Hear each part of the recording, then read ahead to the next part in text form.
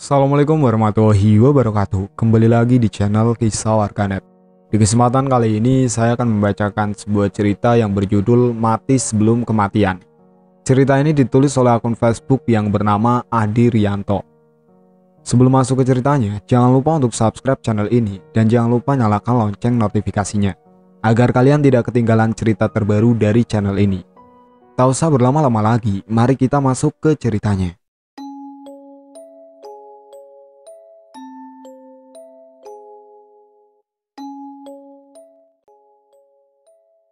Hari Senin di akhir bulan November tahun 2018. Waktu itu jam 9:13 pagi. Aku kedatangan tamu dua orang wanita cantik kakak beradik bersama dua anak balita perempuan kembar. Setelah mereka mengetuk pintu depan rumahku, aku pun segera membukanya dan mempersilahkan kepada mereka untuk masuk ke dalam ruang tamu. Aku mengenal salah satu di antara kedua wanita itu, karena kebetulan dia pernah datang bersilaturahmi ke rumahku sebelumnya. Setelah ku ingat-ingat, wanita berkulit putih dan bermata sipit itu bernama Mawar. Sedangkan yang satunya lagi ternyata dia adalah kakaknya. Wanita berkulit kuning langsat dan bermata bulat itu namanya Dahlia. Setelah berbasa-basi sebentar, Mawar lalu menyampaikan kepadaku tentang maksud dan tujuan datang bersilaturahmi ke rumahku. "Mohon maaf Pak Ustadz, kedatangan kami ke sini adalah mau meminta tolong sama Pak Ustadz," kata Mawar. "Apa yang bisa saya bantu Mbak Mawar?" tanyaku pada Mawar. "Begini Pak Ustadz, kakak saya, Mbak Dahlia, akhir-akhir ini kepalanya sering merasa sakit secara tiba-tiba, dan bersamaan dengan itu dia suka marah-marah tanpa alasan yang jelas," jelas Mawar kepadaku. "Sudah berapa lama Mbak Dahlia mengalami hal seperti itu?" tanyaku sambil menengok ke arah Dahlia. Kulihat Dahlia merasa tidak suka saat pandanganku beradu dengan kedua matanya. Aku pun merasa ada sesuatu yang aneh pada diri Dahlia. Dari pandangan mata batinku, ada makhluk gaib yang saat ini berada di dalam tubuhnya. Tatapan matanya penuh kebencian saat melihat ke arahku. Tapi aku berusaha untuk tetap bersikap biasa, seolah tidak ada sesuatu yang aneh pada Dahlia. "Sudah 3 bulan Pak Ustadz," jawab Mawar sambil menoleh ke arah Dahlia. Kulihat Dahlia pun menganggukkan kepalanya dengan kaku. Lalu aku pun mencoba mengorek langsung keterangan dari Dahlia dengan bertanya kepadanya. "Mohon maaf Mbak Dahlia, apakah sebelumnya pernah mengalami sakit kepala seperti ini?" tanyaku sambil mengawasi kedua matanya. Tapi sepertinya dia menyadari kalau dirinya sedang diawasi oleh pandangan mata batinku. Dia pun mulai menjawab dengan ketus. "Tidak pernah," jawabnya agak keras, bahkan sempat membuatku kaget. "Astagfirullah," bisikku pelan.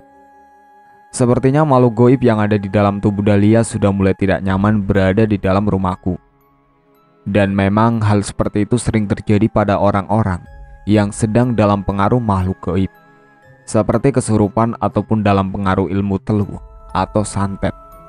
Bahkan di antara mereka yang datang ke rumahku, ada juga yang mengalami pingsan ketika baru memasuki pintu gerbang halaman rumahku. Tiba-tiba Dahlia berkata kepada adiknya, Mawar, "Mawar, mari kita pulang. Aku benci melihat orang ini," ajak Dahlia kepada Mawar, adiknya, sambil melirik ke arahku. "Mohon maaf Pak Ustadz, menurut Pak Ustadz bagaimana keadaan kakak saya?" tanya Mawar kepadaku dengan perasaan gelisah melihat sikap Dahlia. "Begini Mbak Mawar, menurut saya Mbak Dahlia ini sepertinya dalam pengaruh makhluk gaib yang dikirim oleh seseorang," jawabku. "Astagfirullah. Terus bagaimana solusinya Pak Ustadz?" tanya Mawar. "Jalan satu-satunya, Mbak Dahlia ini harus diruqyah dengan ruqyah syar'i Mbak Mawar," jelasku kepada Mawar. "Iya silahkan Pak Ustadz, yang penting Mbak Dahlia bisa sehat dan keadaannya bisa normal kembali seperti sedia kala," kata Mawar memohon kepadaku. Mohon maaf sebelumnya Mbak Mawar, kalau saat ini sepertinya saya belum bisa untuk meruqyah Mbak Dahlia, kataku. Kenapa Pak Ustadz? Tanya Mawar dengan wajah penasaran. Karena saat ini ada anak-anak balita kembar ini, jadi saya merasa khawatir kalau mereka nanti bisa terkena dampak dari ritual ruqyah yang akan kita lakukan, jawabku sambil menunjuk kedua anak balita itu.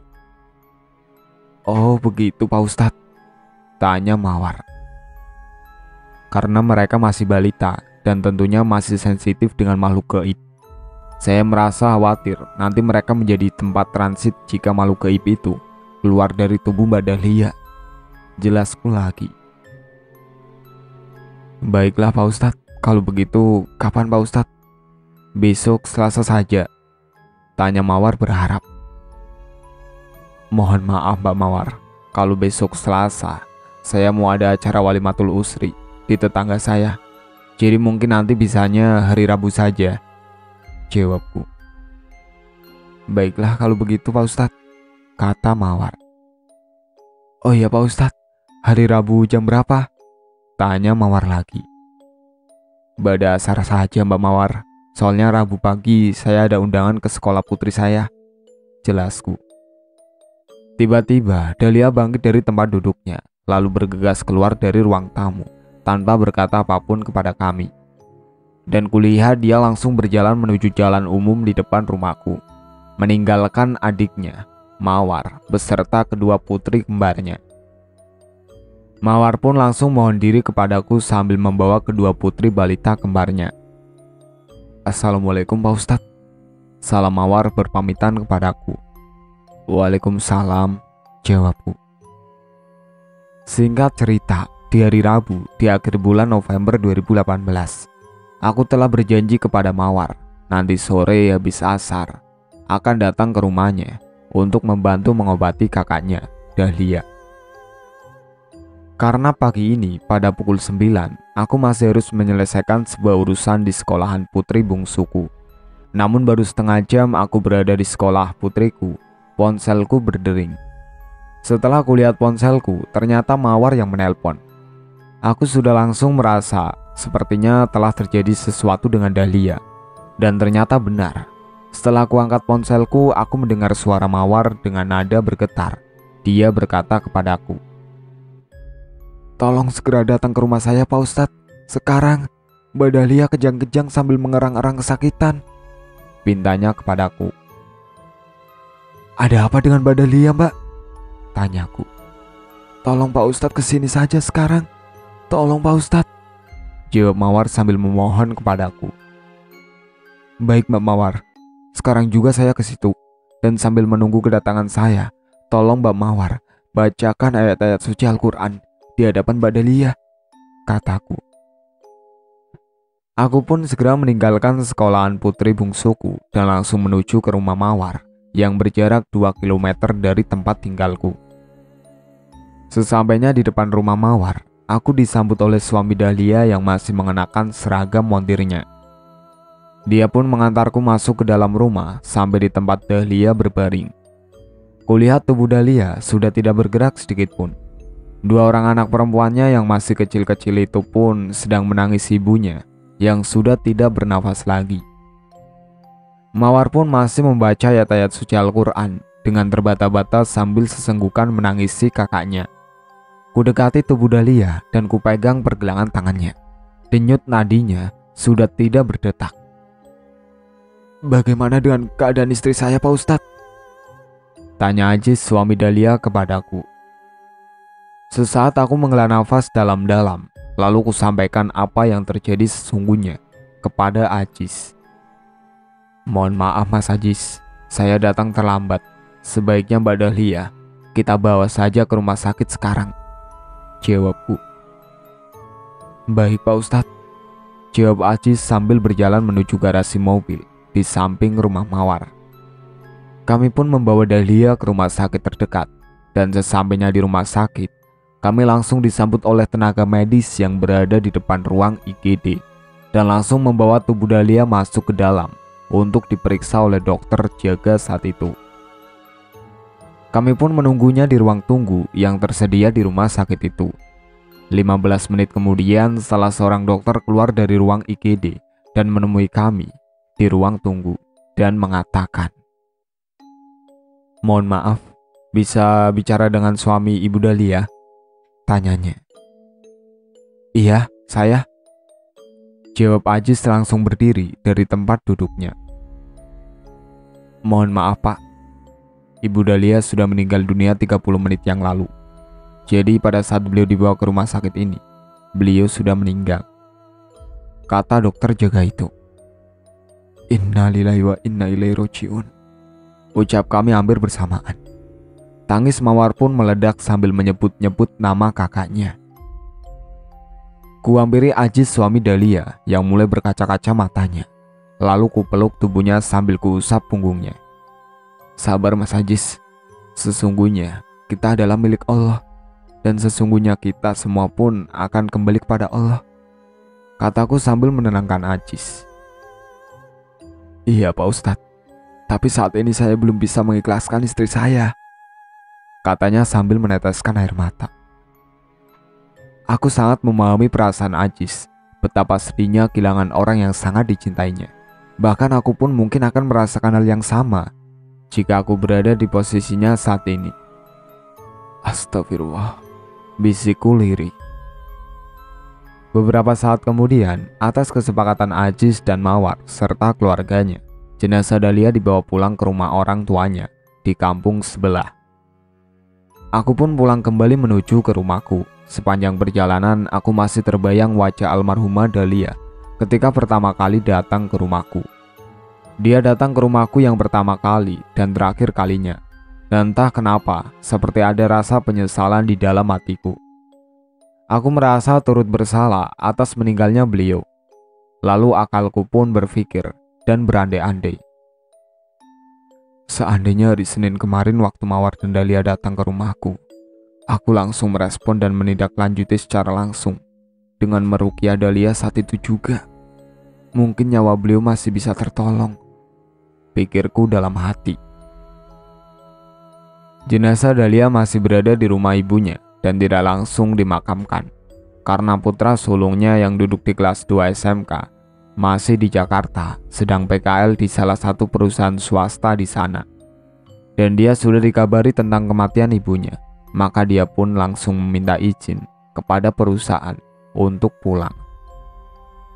Aku sendiri merasa Dahlia belumlah meninggal dalam arti mati yang sebenarnya, karena aku merasa ada sesuatu yang ganjil dengan kematiannya. Dia tidak sedang sakit dan tidak mengalami sakit apapun. Maka malam ini, seusai sholat malam, berzikir, dan berdoa, aku pun menyempatkan diri untuk bermeditasi. Dengan posisi duduk bersila menghadap kiblat, kuletakkan kedua telapak tanganku di atas lutut masing-masing kanan dan kiri, dan kupejamkan kedua kelopak mataku. Kupusatkan pikiran dan hati pada sebuah titik. Kukosongkan pikiran dan hatiku dari segala persoalan dan kejadian yang telah berlalu, maupun segala rencana aktivitasku yang akan datang. Perlahan-lahan aku mulai melihat sebuah ruangan seperti ruangan sel. Kulihat beberapa makhluk berbadan manusia, tapi berkepala anjing berjaga-jaga di depan sel itu. Tidak jauh dari mereka, kulihat di dalam sel ada seorang wanita yang sangat aku kenal. Begiku kaget, karena wanita itu adalah Dahlia dalam keadaan kedua tangan dirantai.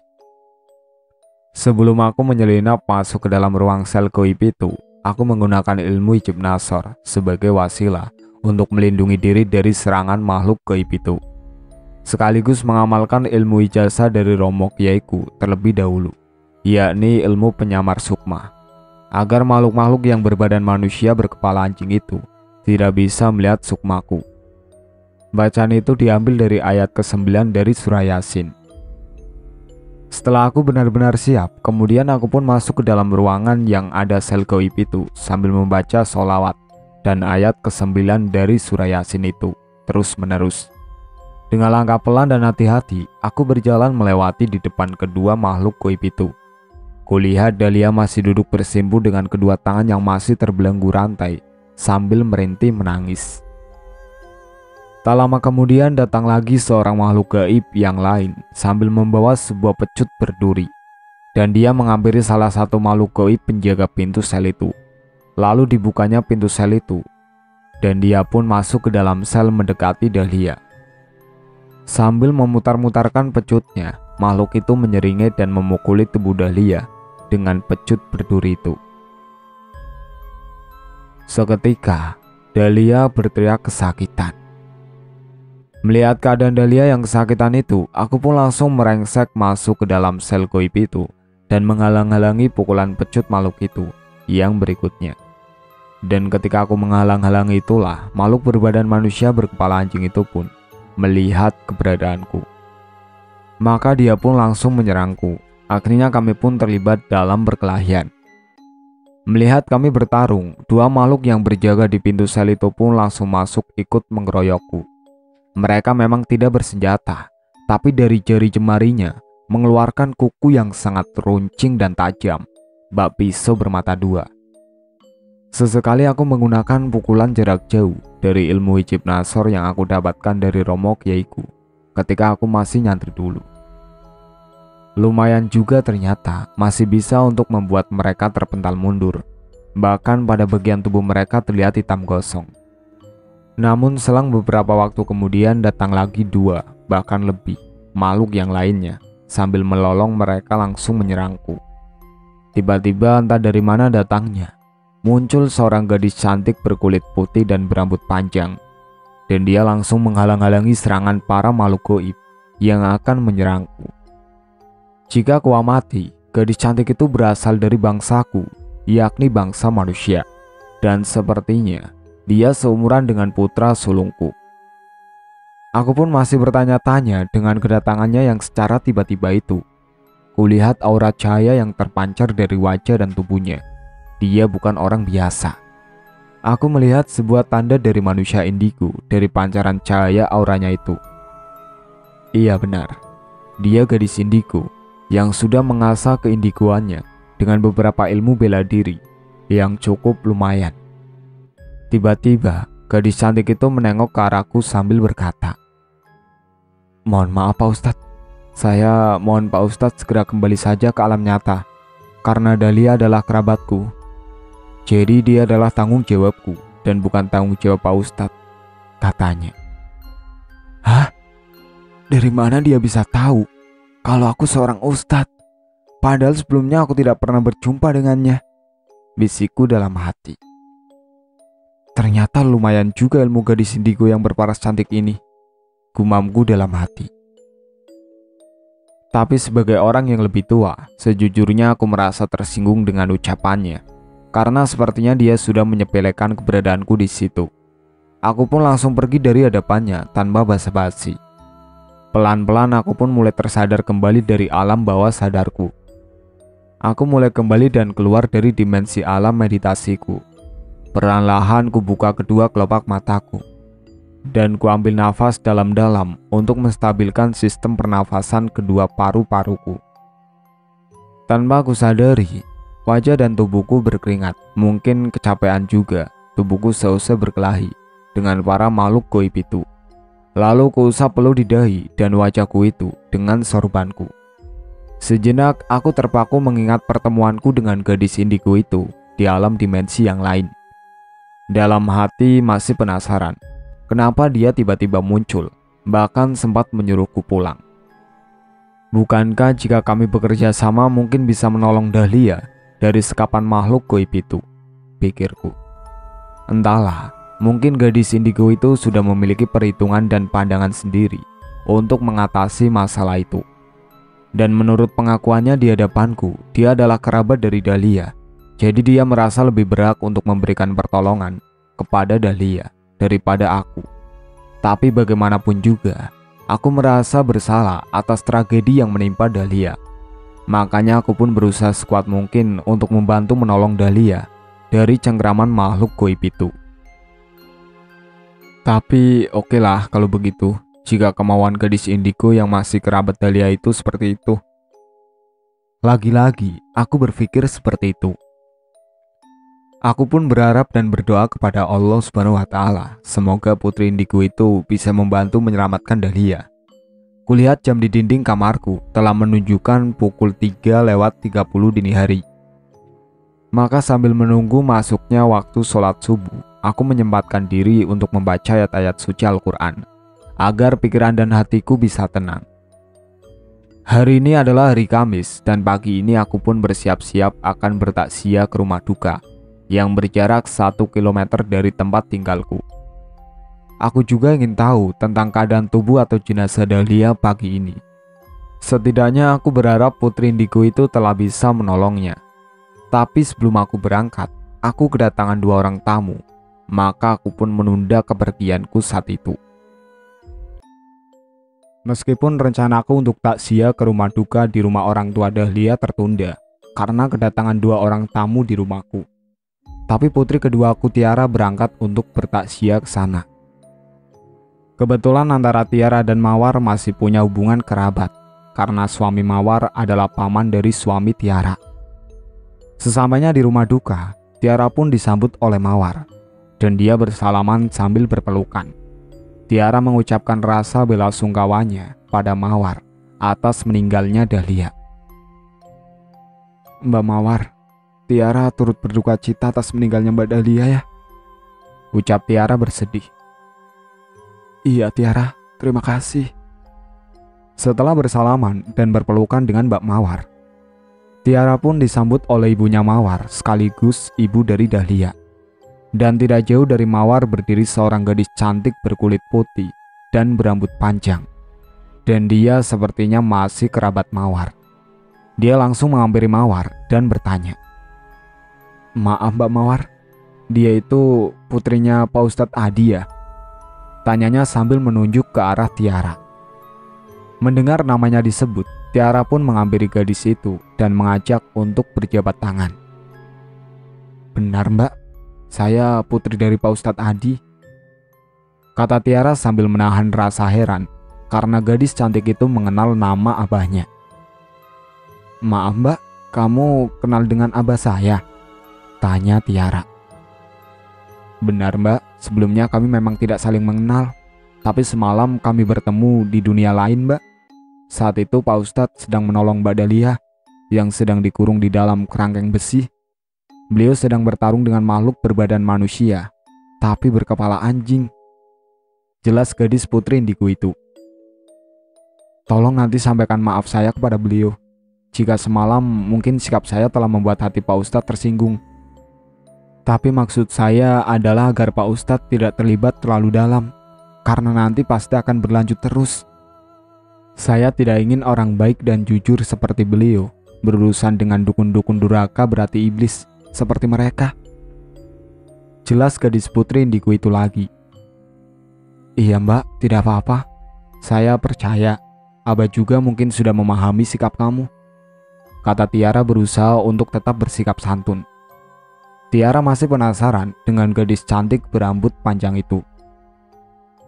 "Bagaimana dia bisa tahu bahwa aku adalah putri dari Pak Ustadz Adi?" gumamnya dalam hati. Beberapa saat kemudian, Tiara melihat gadis cantik itu mendekati jenazah Dahlia di atas keranda yang masih berada di dalam ruang tamu dan menyuruh Mawar untuk mengambil segenggam beras. Setelah Mawar membawa segenggam beras, lalu diletakkan di atas piring keramik, dan gadis cantik yang berkulit putih dan berambut panjang itu meletakkannya persis di bawah keranda jenazah Dahlia yang mulai membiru. Tiara melihat gadis itu duduk bersila di depan jenazah Dahlia yang berada di atas keranda itu. Dan belum lama gadis itu membaca beberapa untaian kalimat doa. Tiba-tiba beras itu bergetar dan bergerak-gerak ke atas dan jatuh lagi ke piring keramik itu. Tiara juga melihat ada keringat yang keluar dari kening jenazah Dahlia. Aneh, padahal Dahlia kan sudah meninggal. Kok keningnya masih bisa mengeluarkan keringat? Tanyanya dalam hati keheranan. Semua orang yang bertakziah saat itu ikut menyaksikan kejadian aneh itu. Ibu Dahlia yang ikut menyaksikan kejadian itu pun menangis dan bertanya kepada gadis itu, sebenarnya apa yang terjadi dengan anakku Dahlia? Tanyanya sambil menangis dan menatap gadis indigo itu. Mohon maaf Bude, saat ini saya belum bisa menjelaskan peristiwa yang sebenarnya menimpa kepada Mbak Dahlia, jawab gadis itu. Saat ini saya hanya sedang berusaha untuk merebut sukma dari jenazah Mbak Dahlia yang telah mereka ambil. Dan untuk lebih jelasnya nanti Bude bisa menanyakan kepada Pak Ustadz Adi. Sepertinya beliau tahu masalah ini. Jelasnya lagi. Ya sudah, tolong kalau ritualmu sudah selesai, tolong segera hubungi perangkat desa untuk mempersiapkan pemakaman jenazah Dahlia, kata ibunya Dahlia sambil terisak dan masuk ke dalam kamarnya. Baik Bude, jawab gadis itu singkat. Setelah ritual yang dilakukan gadis indigo itu selesai, bersamaan dengan itu pula putra sulung dari almarhum Mbak Dahlia tiba dari Jakarta di ruang tamu dan langsung mengabari jenazah ibunya sambil dipeluk dan menangisinya. Maka orang-orang yang sedang takziah yang berada di ruang itu pun ikut meneteskan air mata terharu. Setelah semua keluarga dan kerabat dari almarhumah Dahlia berkumpul, maka mereka pun segera menutup kerandanya, lalu dibawa ke musola terdekat untuk disolati. Seusai disolati, jenazah Dahlia langsung diberangkatkan menuju pemakaman umum yang berjarak 2 km dari tempat tinggal ibunya itu. Anakku Tiara menelponku memberitahukan keberangkatannya ke pemakaman, tapi aku tidak bisa ikut untuk mengantar jenazah Dahlia ke pemakamannya, karena aku masih harus menemui kedua tamuku sampai urusan mereka selesai. Setelah kedua tamuku berpamitan, aku segera bersiap-siap untuk menyusul ke pemakaman. Aku pun menelpon Tiara untuk menanyakan pemakamannya, tapi ternyata pemakaman jenazah Dahlia sudah selesai. Bahkan Tiara juga sudah sedang dalam perjalanan pulang menuju ke rumahku. Terlambat, bisikku. Tidak lama kemudian kulihat Tiara telah kembali dari pemakaman dan memasuki rumahku. Assalamualaikum. Uluk salam Tiara sebelum masuk ke dalam rumahku. Waalaikumsalam, jawabku. Bagaimana proses pemakaman jenazah Dahlia Tiara? Tanyaku. Alhamdulillah lancar bah. Tidak ada kendala apapun, jawab Tiara. Syukurlah, gumamku lirih. Memang ada apa bah? Tanya Tiara penasaran. Tidak apa-apa. Oh iya, apakah Tiara bertemu dengan gadis cantik berkulit putih dengan rambutnya yang lurus panjang pada waktu di rumah duka? Tanyaku mulai menyelidik. Oh iya bah, dia namanya Mbak Putri. Dia juga mengenal Abah. Katanya sempat bertemu dengan Abah ketika sedang berusaha untuk menyelamatkan Mbak Dahlia di dunia lain, jelasnya. Siapa sebenarnya dia bah? Karena pada saat melihat Tiara di rumah duka, dia bisa langsung tahu bahwa Tiara ini putri Abah.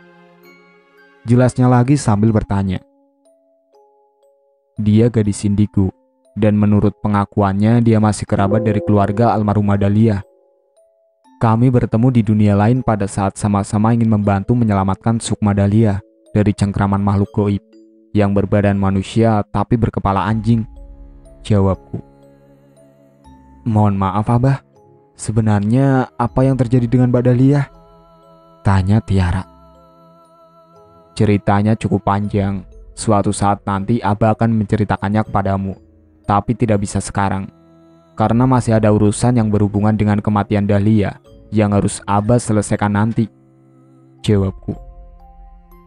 Oh iya bah, kata Tiara menimpali jawabanku. Pada sore harinya, seusai sholat isya aku pun berangkat menuju rumah duka untuk mengikuti acara doa bersama dan tahlil atas meninggalnya Dahlia. Aku datang terlambat karena sesampainya di sana, acara itu pun sudah dimulai. Aku pun mengikuti acara tersebut sampai dengan selesai. Pukul 9 malam, aku pun berpamitan kepada keluarga almarhum Dahlia untuk kembali pulang ke tempat tinggalku. Dan pada malam harinya aku bermimpi. Dan dalam mimpiku itu, aku mendatangi rumah Dahlia. Kulihat banyak orang berkerumun di halaman, atau tepatnya di jalan raya di depan rumah Dahlia. Aku pun memasuki rumah Dahlia dan sesampainya di dalam rumah itu, aku hanya melihat suami dan anak-anak Dahlia. Kulihat suami dan anak-anaknya sudah tertunduk menangis. Tidak lama kemudian aku pun keluar dari rumah itu dan berjalan menuju halaman rumahnya. Kulihat orang-orang itu tiba-tiba meninggalkan rumah Dahlia dan berjalan menuju rumah masing-masing. Beberapa saat kemudian, ada seorang kakek tua memanggil-manggil namaku. Pak Ustadz, Pak Ustadz, hati-hati ya. Karena orang yang mengambil sukmanya Dahlia itu adalah seorang dukun yang sangat tinggi ilmu kesaktiannya. Bahkan dia bisa tahu dan mengenal Pak Ustadz sejak Pak Ustadz didatangi Mawar dan Dahlia pertama kalinya di rumah Pak Ustadz.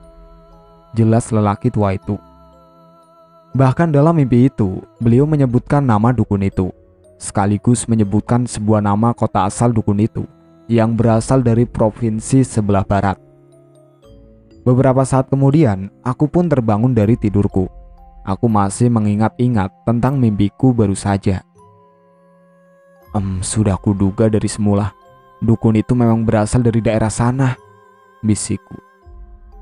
Kulihat jam dinding di kamarku telah menunjukkan pukul 2 dini hari. Aku pun segera bangkit dari tempat tidurku dan langsung berjalan menuju kamar mandi untuk membersihkan badan. Setelah mengambil air wudhu, aku pun kembali ke dalam kamar untuk melaksanakan beberapa sholat sunnah. Selesai sholat sunnah, berzikir, dan berdoa, aku pun menyempatkan diri untuk bermeditasi. Terlebih setelah aku mendapatkan informasi sebuah nama seorang dukun dari mimpiku beberapa saat yang lalu. Karena aku masih berharap untuk bisa menyelamatkan sukma dari Dahlia. Aku mulai bermeditasi seperti biasa, dengan posisi duduk bersila, menghadap ke arah kiblat. Dengan kedua tanganku kuletakkan di atas lutut masing-masing. Kedua mataku pun mulai kupejamkan. Kupusatkan pikiranku pada sebuah titik cahaya. Dan beberapa saat kemudian, perlahan-lahan aku mulai bisa melihat sebuah tempat seperti ruang tamu. Aku melihat seorang lelaki setengah baya mengenakan kopiah putih sedang duduk dan berbicara dengan seorang wanita yang masih muda. Sepertinya seumuran dengan almarhumah Dahlia. Dari pembicaraan mereka, akhirnya aku mengetahui ternyata lelaki setengah baya itu adalah seorang dukun dan namanya sama dengan nama yang aku tahu dari mimpiku semalam. Dan wanita itu ternyata adalah mantan istri pertama dari Mas Ajis, suami almarhumah Dahlia. Dari penuturan Mariati, nama mantan istri pertama Aziz kepada dukun tua yang bergelar Mbah Haji atau Mbah Ji itu, aku menyimpulkan bahwa dia sebenarnya masih mencintai Aziz, mantan suaminya. Tapi karena kedua orang tuanya sudah tidak suka dengan Aziz, hanya karena Aziz seorang kuli atau buruh montir di sebuah bengkel mobil, maka menyuruh mereka untuk bercerai. Dan sejak itulah Mariati merasa tidak rela dengan wanita manapun yang akan menjadi istri Aziz. Dengan Aziz, Mariati telah dikaruniai seorang anak laki-laki yang saat itu telah berumur 2 tahun. Dan Aziz pun tetap bertanggung jawab dengan selalu mengirim uang dan kebutuhan putranya itu. Bahkan hingga saat usia putranya itu 17 tahun. Namun seiring dengan berjalannya waktu, beberapa tahun setelah Aziz menikah dengan Dahlia, mereka pun telah dikaruniai 3 orang anak dan kehidupan ekonomi mereka pun mengalami kemajuan. Sehingga hal ini membuat Mariati merasa menyesal dan sakit hati. Dan entah siapa yang telah memprovokasi hatinya, akhirnya Mariati pun mulai merencanakan niat jahatnya untuk melenyapkan Dahlia. Suatu hari, Mariati pun mencari seorang dukun santet dan dengan diantar oleh seorang teman dekatnya yang telah memberikan informasi tersebut. Dia pun pergi mendatangi dukun santet yang tepat tinggalnya di luar kota, bahkan di luar provinsi tempatnya tinggal. Dari sinilah niat jahat Mariati mulai dijalankan. Itulah cerita yang aku dengar dari penuturan Mariati istri Aziz kepada dukun santet itu. Dan setelah aku mendapatkan informasi itu, aku pun segera kembali dan mengakhiri ritual meditasiku. Perlahan-lahan kedua mataku kubuka dan ku coba untuk mengembalikan kesadaranku dari alam bawah sadarku secara pelan-pelan. Kuhirup nafas dalam-dalam untuk menstabilkan pernafasanku, dan kulihat jam di dinding telah menunjukkan pukul 4 pagi. Tanpa kusadari, ternyata aku telah berada di dalam dimensi alam meditasiku selama 90 menit. Beberapa menit kemudian, aku pun mendengar suara kumandang azan dari sebuah masjid yang ada di kampung tempat tinggalku. Maka aku langsung segera bangkit dari tempatku bersila menuju ke belakang rumah untuk mengambil air wudhu kembali.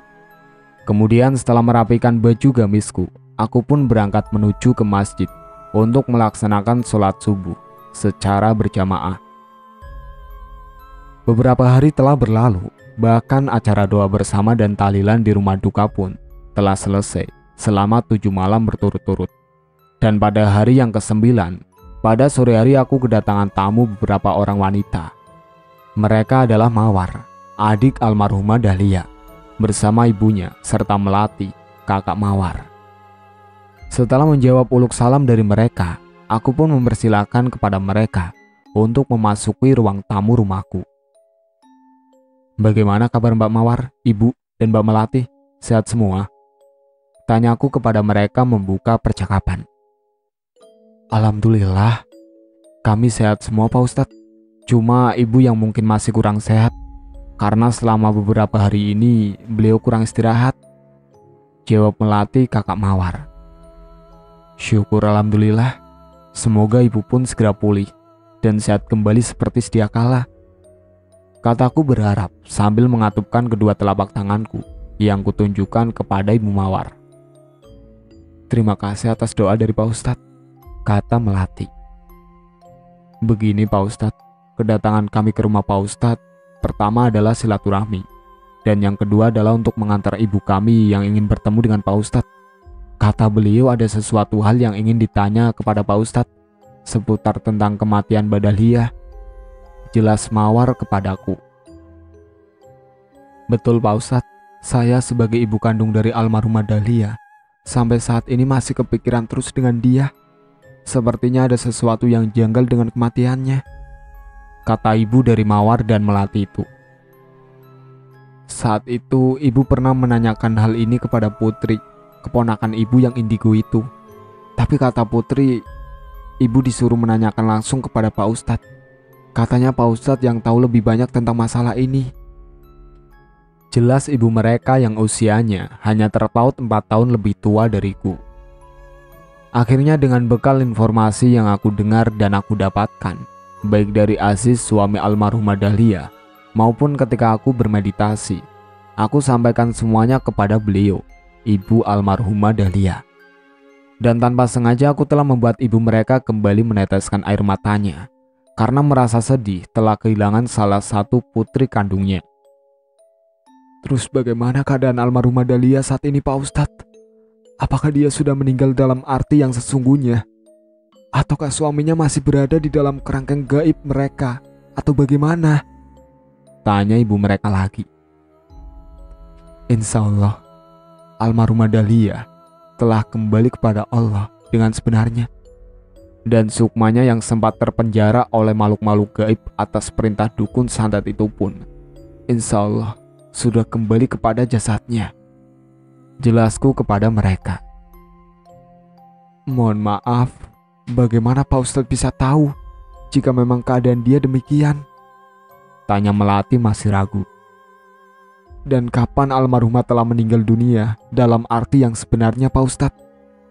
tanya Mawar ikut mendesakku. Aku pun langsung menjawab pertanyaan-pertanyaan mereka. "Pada hari kelima sejak meninggalnya almarhumah Mbak Dahlia, saya bangun tengah malam pada pukul 2 dini hari. Dan pada saat saya berjalan menuju ke kamar mandi, lalu mengambil air wudhu, saya merasakan kehadiran almarhumah saat itu. Hingga saya mengerjakan beberapa sholat sunnah, berzikir, dan selesai berdoa, saya pun masih merasakan keberadaannya dekat dengan posisi saya duduk bersila," jelasku. Aku pun melanjutkan penjelasanku kepada Ibu Mawar, Melati, dan juga Mawar juga. tentang Sukma almarhumah Dahlia. Untuk lebih meyakinkan bahwa Sukma Dahlia saat ini sedang berada di dekatku, maka seusai sholat sunnah, berzikir, dan berdoa, aku pun bermeditasi agar bisa terhubung dengannya. Seperti biasa, aku mengambil duduk bersila menghadap kiblat, dan kedua telapak tanganku kuletakkan di atas kedua lutut masing-masing, dengan posisi punggung tegak dan pandangan lurus ke depan. Pelan-pelan kututup kedua kelopak mataku. Aku memusatkan pikiran dan hatiku pada sebuah titik cahaya yang tampak saat setelah kupejamkan kedua mataku. Kuhirup dan aku keluarkan udara melalui hidungku, selaras dengan detak jantungku. Keharmonisan pikiran, hati, alur nafas yang teratur, dan detak jantungku menghasilkan kesempurnaan konsentrasi. Beberapa saat kemudian, aku pun telah berada di alam bawah sadarku dan masuk ke dalam alam dimensi meditasiku. Perlahan-lahan aku melihat sosok seorang wanita dengan wajah pucat pasi. Iya benar, dia adalah Dahlia. Kulihat dia sedang mendekatiku dan berkata sambil memohon. "Tolong saya Pak Ustadz, hari ini adalah hari kematianku yang sesungguhnya dari Tuhan. Untuk itu saya mohon pertolongan yang terakhir kalinya kepada Pak Ustadz," kata Dahlia. "Insya Allah, saya siap menolongmu. Tapi apa yang harus saya lakukan agar bisa menolongmu?" tanyaku kepada Dahlia. "Sebentar lagi malaikat maut akan menjemput rohku yang masih menyatu dengan sukmaku. Maka pada saat itulah tolong Pak Ustadz mendoakan untukku, sebagaimana doa ketika Pak Ustadz mendoakan untuk mayit," jelas Dahlia kepadaku. "Baiklah, aku siap," jawabku. Dahlia pun memberiku isyarat untuk mengikuti langkahnya, hingga sampailah kami di sebuah tempat keberadaan tubuh Dahlia yang tergeletak tidak berdaya di dalam sel makhluk gaib itu. Bersamaan dengan itu pula Sukma Dahlia telah menghilang dari hadapanku. Kulihat masih ada beberapa makhluk berbadan manusia tapi berkepala anjing di depan sel itu. Sebelum aku berdoa, aku pun melindungi seluruh tubuhku dengan ilmu hisib sakron untuk mengantisipasi serangan dari makhluk-makhluk gaib yang masih berjaga di depan sel itu. Tentunya agar aku bisa lebih khusyuk dalam berdoa di sini. Ilmu hisib sakron ini fadilahnya adalah untuk menahan serangan, sekaligus mengembalikan serangan lawan dengan tanpa bergerak sedikit pun. Maka selanjutnya aku pun mulai berdoa dengan khusyuk dan sungguh-sungguh sesuai dengan permintaan Dahlia. Setelah selesai berdoa, aku melihat tubuh Dahlia bergetar dan mengeluarkan cahaya hitam pekat. Dan tidak lama kemudian terpancar sinar putih yang sangat menyilaukan kedua mataku. Hingga aku pun menutup kedua mataku karena tak kuat untuk melihatnya. Dan tiba-tiba sinar putih yang sangat menyilaukan tadi lenyap dari pandanganku, bersamaan dengan lenyapnya Sukma Dahlia dari dalam sel itu. Bersamaan dengan itu pula lenyaplah sel gaib itu bersama dengan makhluk-makhluk gaibnya. Entah kemana, aku tidak tahu. Alhamdulillah, bisikku bersyukur. Dalam keyakinanku, semua kejadian itu menunjukkan bahwa Ruh dan Sukma Dahlia telah kembali ke tempat asalnya dengan kuasa Tuhan. Hanya Tuhan yang tahu segalanya.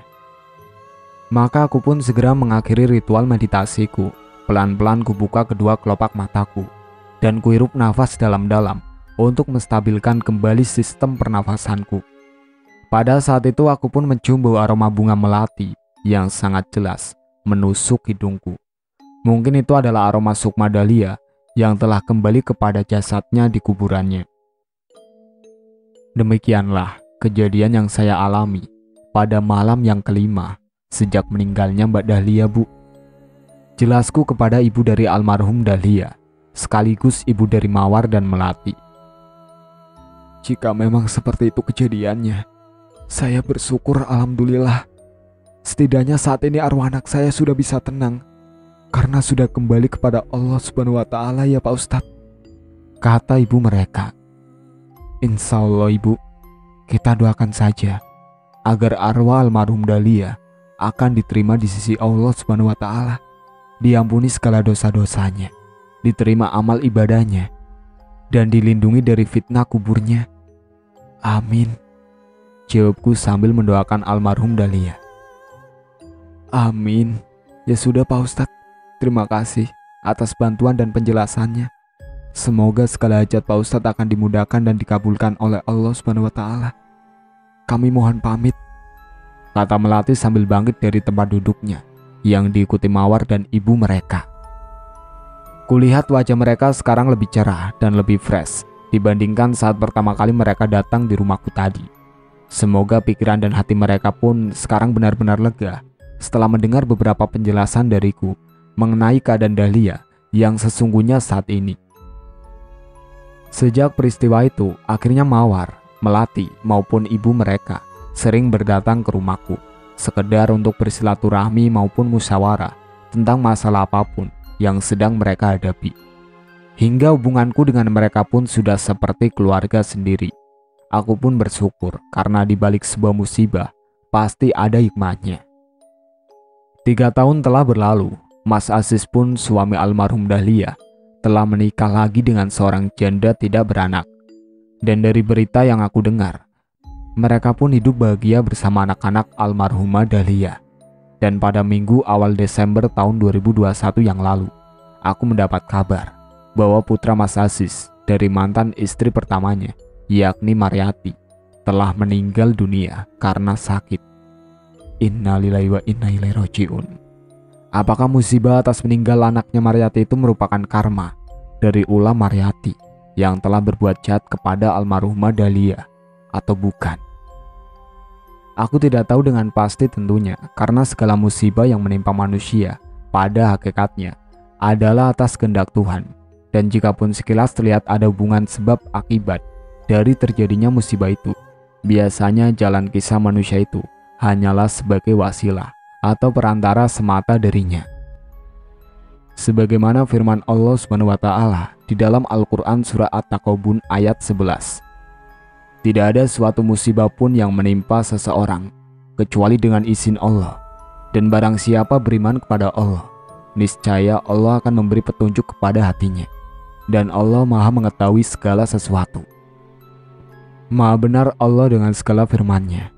Semoga kisah nyata ini bermanfaat dan bisa diambil hikmahnya untuk kita semua.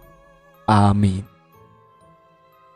Sekian cerita yang berjudul Mati Sebelum Kematian yang ditulis oleh akun Facebook yang bernama Adi Rianto.